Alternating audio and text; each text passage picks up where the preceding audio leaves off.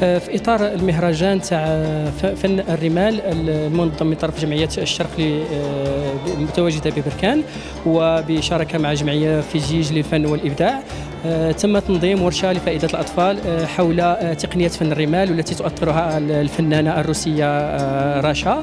والهدف من هذه الورشة هو إغناء المواهب لدى الطفل من خلال تقنية جديدة اللي ما عمرهم تطرقوا لها في هذه المدينة اللي هي مدينة فيجيج. والغرض الثاني هو خلق نوع من الدينامية الثقافية بالمنطقة من خلال إشراك حتى الطفل في الفنون وغرس قيم الفن والثقافة الفنية بصفة عامة والفنون التشكيلية. This is my first visit to Morocco.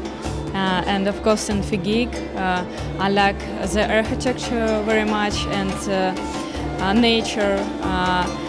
Yesterday we saw a lot of palms. It's very interesting. You can see something like this in Russia and I like it very much. So today we have a first master class with the children. And it's very interesting. They drawing with the pleasure. I like it, and children is very organized. الحمد لله كان الجمهور متألق وعطشان لهذا النوع ديال الفن، فن الرمال، ودرنا واحد التمازج وواحد التلاحم بين فيجيج والفنانين اللي جاوا من الضفة الأخرى. وكانت الأمسية في المستوى، وكانت الأمسية عندها صدى، وأنه يرغبون أنه نرجعوا للنسخة الثالثة. ومرحبا إذا شاء القدر أنه نرجعوا للدورة الثالثة.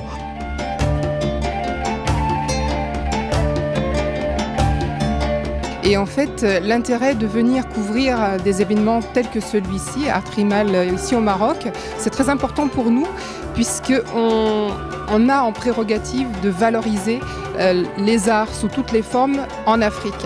Et l'intérêt de ce festival, c'est justement d'aller à la rencontre des jeunes, des artistes de villes qui sont malheureusement un petit peu éloignés de la capitale du Maroc, mais aussi de la capitale régionale Oujda. Et pour nous, toute l'équipe de Vox Africa, c'était un grand plaisir de pouvoir se déplacer, d'être à la rencontre des populations.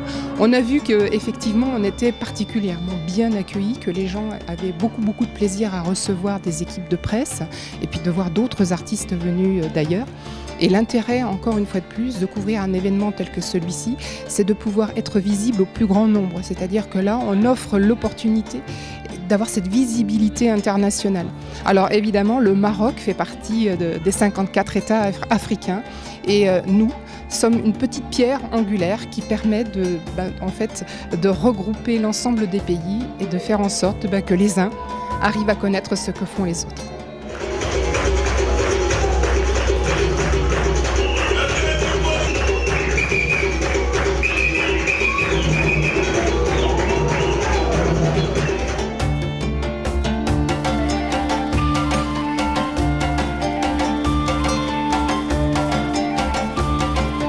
On assiste à un spectacle artistique incroyable, des artistes vraiment extrêmement talentueux, en plus qui ont beaucoup de cœur à donner.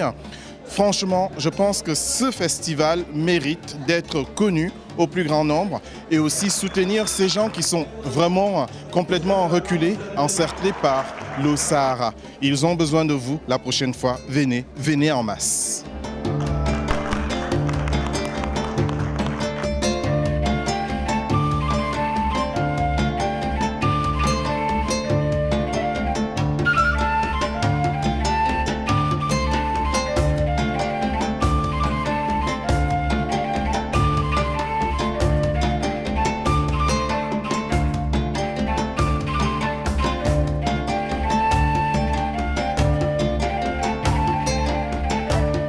صراحة وهذا الزيارة ديال هذا الوفد اللي جاو اليوم يعني والقدوم ديالهم تكلفهم العناء السفر تمثل لنا يعني أن مدى الاهتمام بهذا الشريحة من المجتمع يعني ومدى السعي لإدماج هذا الشخص أيضا في المجتمع في جميع المجالات وكنشكرهم بدورنا على مجيئهم لعنا ونتمنى يكونوا ضيوف عنا ويزيدوا يطولوا في هذه الزيارة.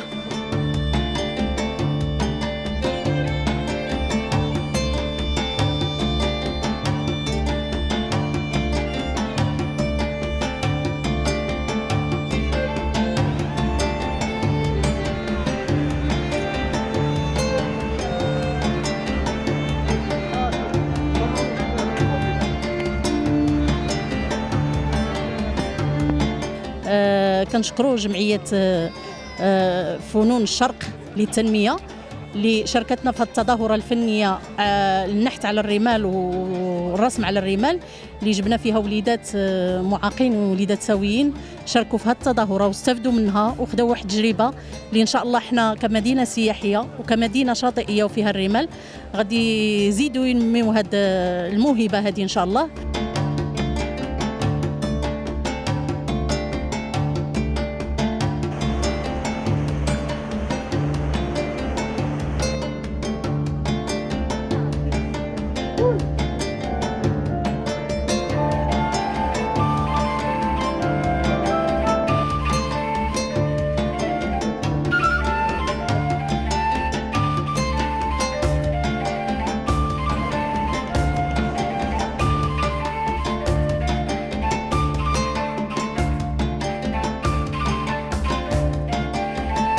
هذا المهرجان إضافته تتمثل في كونه تظاهرة متكاملة تشمل عدة مجالات وعدة فنون وتشمل فضاء واسع هو فضاء الجهة الشرقية، كما أنها متكاملة بحيث أنها أخذت طابع دولي وطابع وطني بفضل المجهود الذي بذلته جمعية فن الشرق للتنمية، وأيضا بفضل دعم مجموعة من الشركاء على رأسهم وكالة الجهة الشرقية ووزارة الثقافة والجماعة الحضرية وعمالات الجهة الشرقية التي رحبت بالتظاهرة ودعمتها.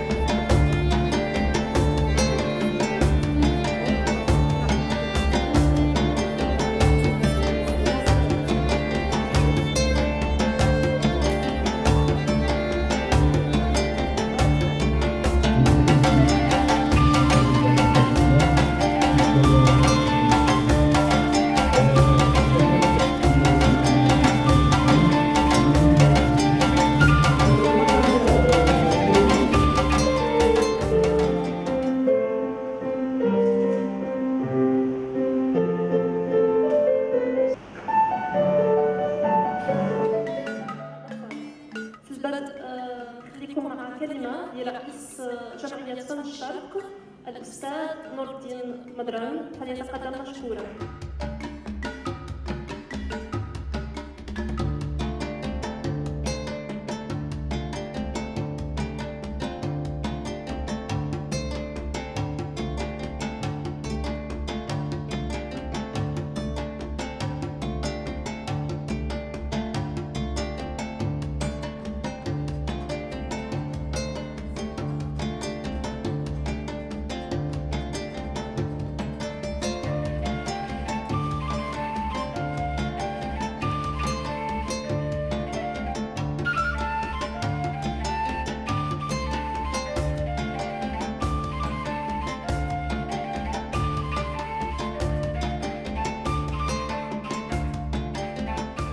بالنسبة للمهرجان فن الرمال عرف واحد تنوع هذه السنة، وبالخاص كما كتعرفوا اشتغلنا على إفريقيا وعلى الهوية الإفريقية للمغرب. ثم كانت التجربة الأخرى اللي هي ديال اليوم غادي تكون السهرة هي تتويج، هي سهرة تجليات. علاش اختارينا حنايا؟ بغينا ناخذوا واحد الميزة في جمعية فن الشرق، أن السهرة اللي كننظموها في المسرح محمد السادس اللي هو مسرح كبير في المغرب خصها تكون فيها واحد النوعيه، يكون غالب عليها الجانب التشكيلي. حاليا عندنا حفل الاختتام ديال الدوره الثانيه ديال مهرجان فن الرمال اغريمال. الدوره مهرجان فاتي، ولكن الحمد لله كنشوفوا انه عرف واحد تطور كبير من ناحيه المضمون والانتاج والفكره بحد ذاتها كفكره بالنسبه على الصعيد الوطني ككل، فكره ممتازه. فن الرمال منطقة معروفة أنها عندها ضفتين، عندها الواجهة على البحر الأبيض المتوسط، ولكن عندها أقرب واحة بالنسبة للميديتيراني وبالنسبة لأوروبا. هذه الدورة اللي حاولت تجمع واحد المجموعة كتلة من الفنانين جاوا من مختلف الفئات، وبالأخص أنه كانت لورينتاسيون على إفريقيا، على هاد لي زورينتاسيون اللي ولاو كيحاولوا أن كنرجعوا للهوية ديالنا كدولة كجهة مغربية مي إفريقية في نفس الوقت. عندنا واحد الموقع مهم بالنسبة لإفريقيا وبالنسبة لحوض البحر الأبيض المتوسط وكذلك أوروبا.